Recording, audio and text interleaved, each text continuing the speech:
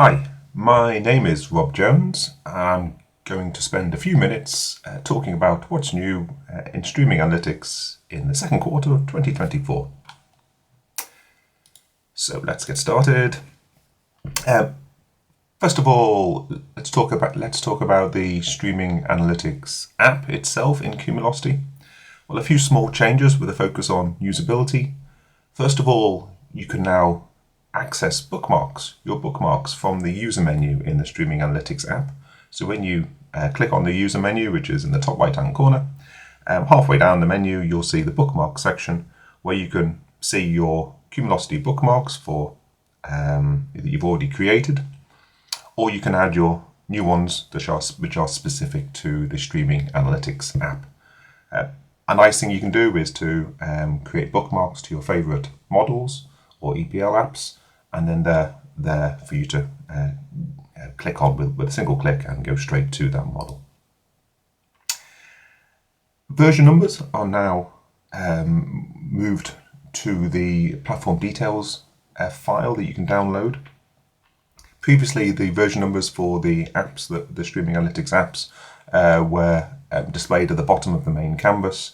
Most people didn't need to know or to see this version information, so to simplify the UI, we've moved that version information from the UI into the file that's downloaded when you click the download platform details button.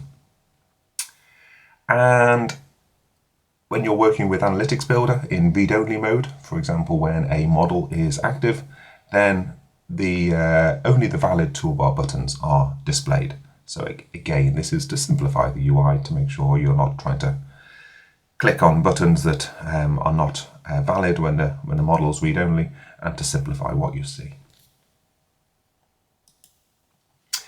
For Cumulocity EPL developers, we've got some improvements. First of all, you can now use the Cumulocity Notifications 2.0 API from within your Apama EPL project.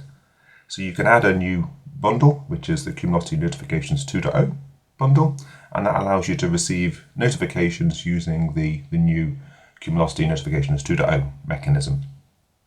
The old mechanism, which was based on long polling, was not as reliable or as scalable, and that mechanism has been marked as deprecated. So it's not removed yet, but the plan is to remove it in the future. Then we've got support for projects that do not require receiving Cumulocity notifications. So you can now add a Cumulocity REST support connectivity bundle, and that just gives you the libraries necessary to use REST calls from within your Apama project without receiving all the notifications from Cumulocity. So this allows you to keep your projects more focused, a little bit simpler, and not use components that are unnecessary. When you're using the Cumulocity IoT transport, we've now added some monitoring metrics or some additional monitoring metrics so you can track what's going on a bit better. So for example, there's now a received alarms events past count, which can be used to monitor the number of past alarm events that have been received inside the transport for Cumulocity for your project. And a couple of small EPL enhancements when you're working with Cumulocity.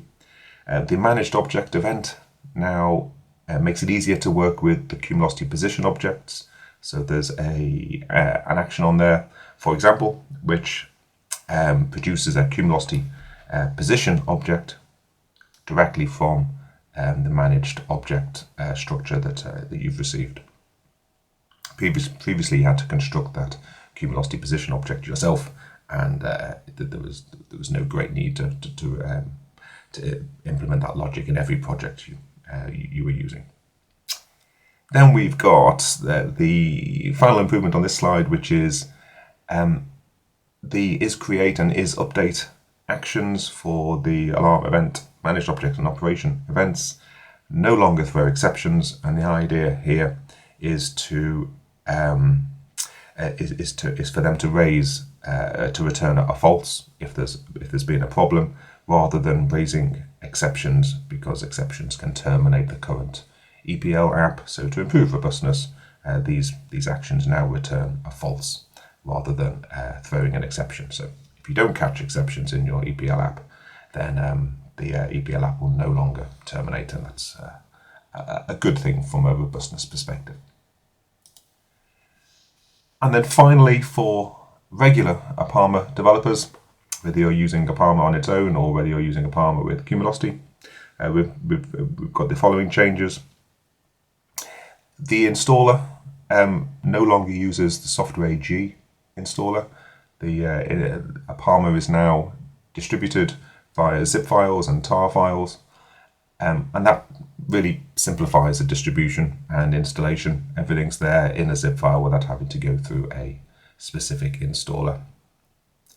The IDE previously was based on Software AG Designer, which was a Software AG branded version of Eclipse.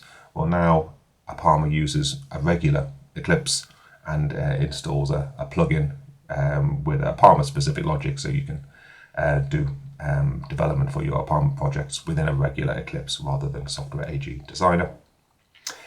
The images on Docker Hub for Apama have now been moved from UBI 8 minimal to Red Hat UBI 9 minimal, and the old ones are now deprecated. So that keeps the images on Docker Hub up to date with the latest platforms, the latest support, and incorporating the latest security fixes.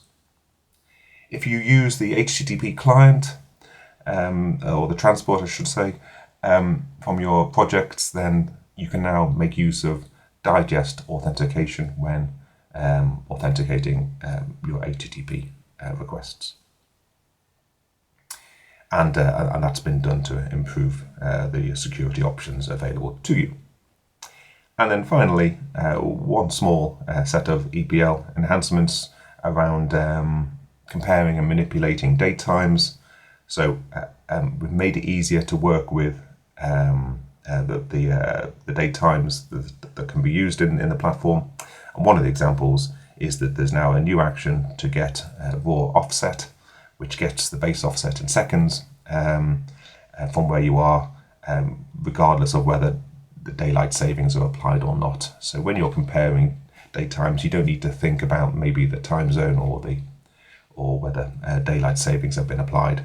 Just use these new methods, and it makes it just a bit easier to work with date times. And that is it from Streaming Analytics for this quarter. Thanks for listening.